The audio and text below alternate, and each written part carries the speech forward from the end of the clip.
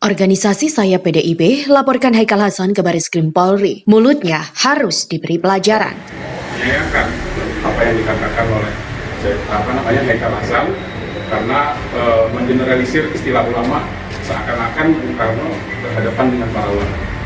Ini ada distorsi sejarah yang dilakukan oleh Haikal Hasan yang pada hari ini kita laporkan kepada Bareskrim Polri, yang kita minta kepada Bareskrim agar memproses hukum kepada yang bersangkutan.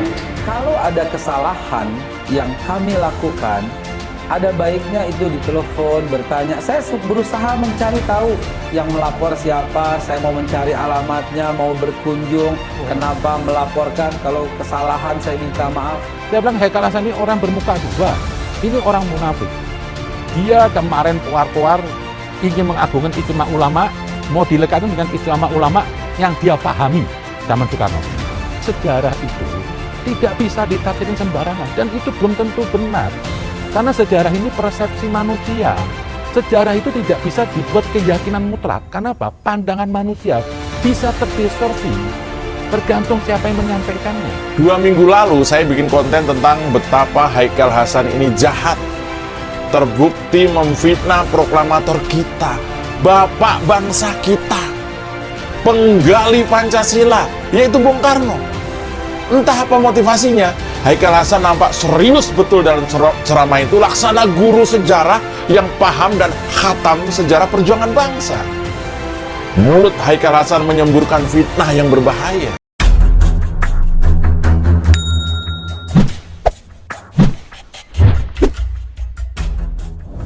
Baru-baru ini, akibat sebuah pernyataan sebut Bung Karno tukang penjarain ulama dalam menyampaikan ceramah, Haikal Hasan dilaporkan ke Bareskrim Polri, di mana hal itu dilaporkan oleh organisasi Sayap PDIP yaitu Relawan Perjuangan Demokrasi atau REPDEM, lantaran merasa kesal dengan pernyataan yang dilontarkan Haikal Hasan. Diketahui pula bahwa pernyataan Haikal Hasan tentang Soekarno alias Bung Karno merupakan video lama yang kembali beredar di media sosial. Adapun alasan terkait pelaporan Haikal Hasan ke Bareskrim Polri, Ketua Umum REPDEM Muwanto Sugito mengatakan pihaknya melaporkan Haikal Hasan untuk diproses hukum atas tuduhan keji dan fitnah yang menyudutkan Bung Karno. Mulutnya harus diberi pelajaran agar tak hobi menyesatkan sejarah yang berpotensi mengadu domba anak bangsa, ujarnya. Muwanto juga mengingatkan Haikal Hasan sebagai seorang publik figur harusnya tidak menyebar fitnah dan tidak mengarang cerita yang berpotensi membangun konflik di dalam kehidupan bermasyarakat, dikutip dari Gala Media. Sementara itu, Ketua DPN REPDEM Bidang Keagamaan Irfan Fahmi menilai harusnya Haikal Hasan menceritakan sejarah mengapa Muktamar Alim Ulama pada 8 September 1957 di Palembang itu diadakan. Setelah jalur formal melalui anggota dewan yang terpilih pada pemilu 1955 tidak banyak membuahkan hasil, lagi pula muktamar itu tak mempresentasikan seluruhan umat dalam ulama dan juga umat Islam di Indonesia. Buktinya, NU tidak menghadiri muktamar itu.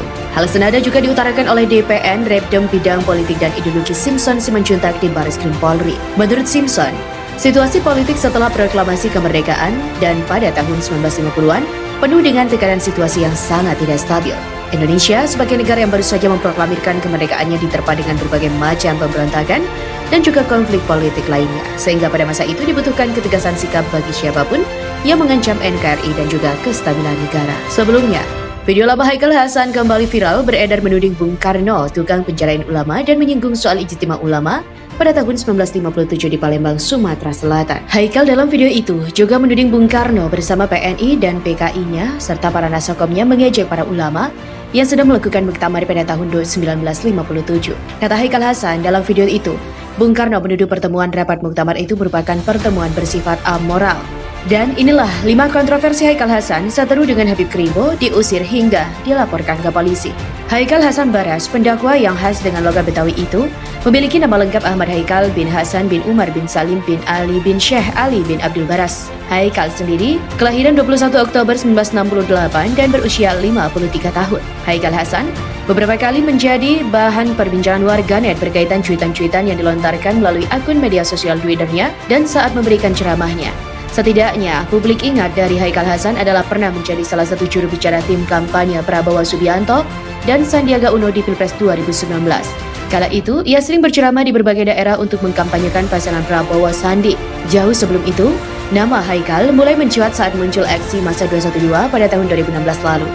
Saat itu, dia bergabung dalam koalisi nasional untuk mengawal fatwa MUI